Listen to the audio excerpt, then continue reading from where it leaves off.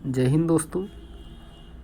आज हम present simple present tense का third part present perfect tense शुरू करने जा रहे हैं, जिनमें से हम आपको प्रेजेंट परफेक्ट टेंस क्या होता है और कैसे इसके रूल होते हैं, स्ट्रक्चर क्या होता है और कहाँ पर कैसे इम्प्लीमेंट होता है, इस चीज़ के बारे में बताएंगे। तो सबसे पहले हम कुछ बता दें।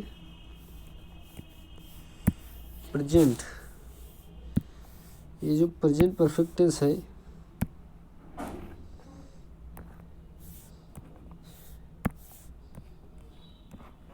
प्रेजेंट परफेक्ट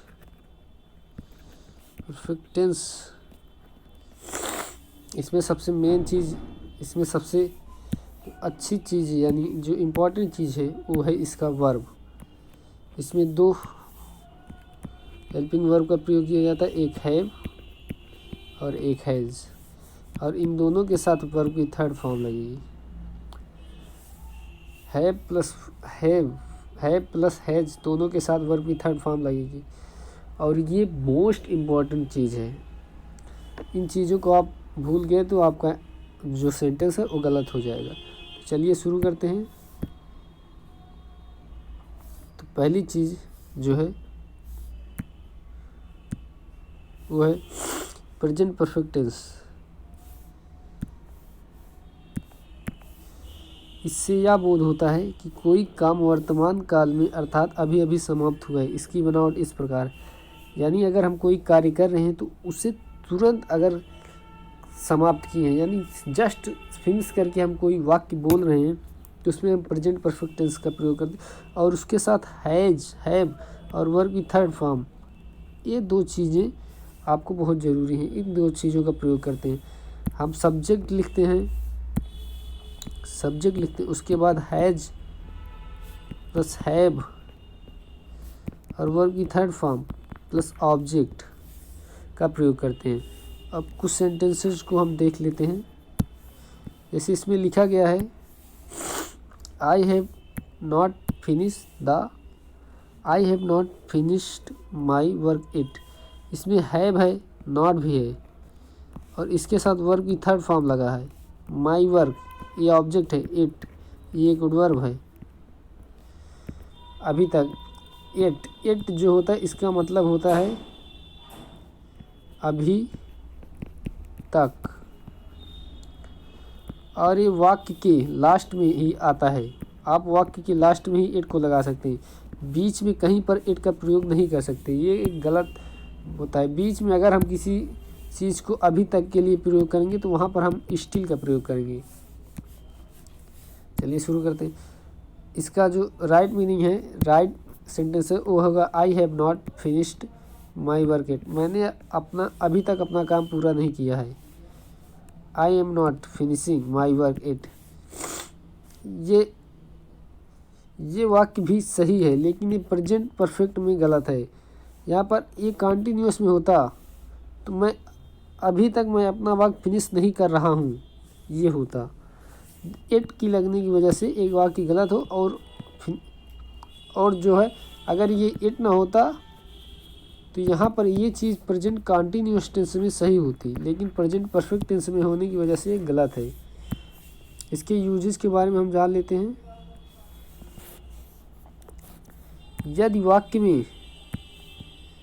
वाक्य में ये चीज़ें so far, up to now, lately, recently, just, already, it का प्रयोग समय का बोध कराने के लिए किया गया हो, तब उस वाक्य की क्रिया प्रेजेंट परफेक्ट टेंस में होती है।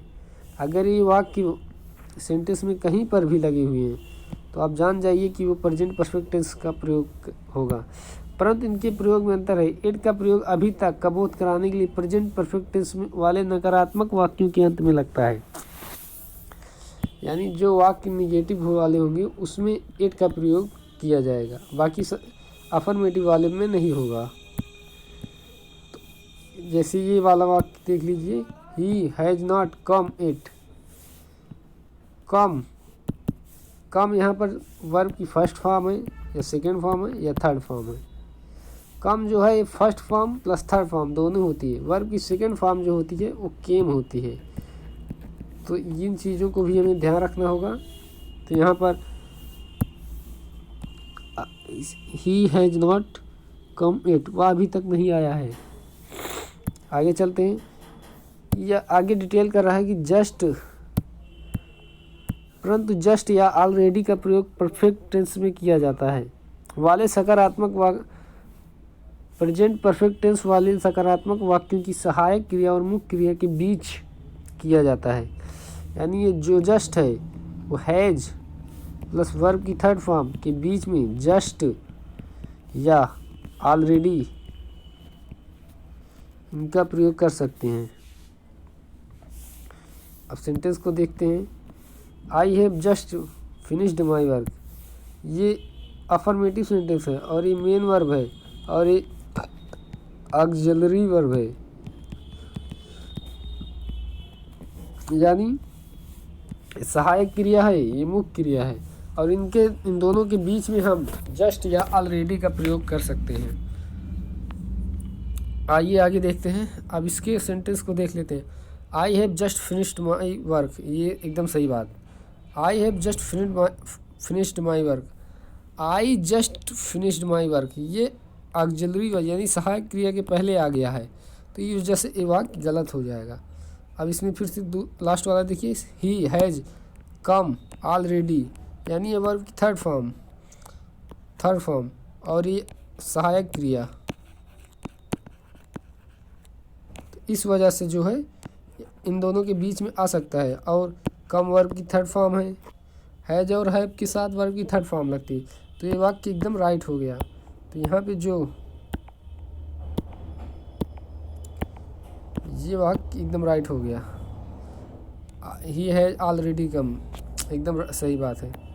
आगे चलते हैं, सेकंड स्लाइड। ये चीज़ आप देखिए ध्यान से, ही है जस्ट लेफ्ट द क्लास, ये ऊपर वाला सेंटेंस सही है, लेकिन जस्ट जो है सब्जेक्ट प्लस सहायक क्रिया के बीच में आ गया, जिसकी वजह से ये वाक्य गलत हो गया। यानी हम जस्ट और ऑलरेडी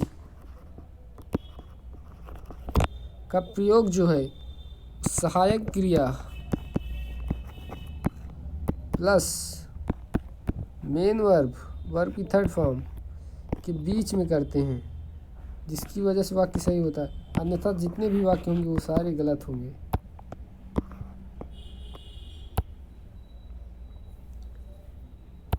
कभी कभी वाक्य में पास्ट टाइम में संपन्न हुए कार्य का प्रभाव वर्तमान में हो, जब प्रेजेंट टाइम में आपने कोई काम किया हो और उसका प्रभाव अभी तक आपके वर्तमान पे पड़ रहा हो, तब हम वहाँ पर प्रेजेंट परफेक्ट टेंस का प्रयोग करते हैं। तो इसका जो होगा, देखिए, आई सीन द ताजमहल, मैंने ताजमहल कभी देखा होगा, लेकिन वो बोल रहा है मैं ताजमहल देख चुका हूँ, यानी कोई कार्य मैं पहले कर चुका था, लेकिन उसका जो प्रभाव है अभी भी वर्तमान पे पड़ रहा है। यानी अभी तो मैं बोल रहा हूँ ना कि मैंने ताजमहल देख चुका हूँ, मैं ताजमहल देख चुका हूँ, यानी देखा तो पास्ट में था, लेकिन अभी मैं किसी को बता रहा हूँ तो उसका प्रभाव पड़ रहा है, जिसकी वजह से ये चीज़ें प्रेजेंट परफेक्ट टेंस में लिखी जाती हैं। They have visit Kashmir twice, वे 2 बार कश्मीर को देख चुके हैं, विजिट कर चुके हैं, जा चुके हैं। तो यहाँ पे कोई काम हो चुका है, लेकिन उसका प्रभाव अभी भी वर्तमान में पड़ रहा है, तो इसकी वजह से प्रेजेंट परफेक्ट टेंस का प्रयोग हुआ। Rashmi has passed the board exam, Rashmi ने बोर्ड एग्ज़ाम पास कर लिया। क्या कर रहे हो भाई, पढ़ रहे हो?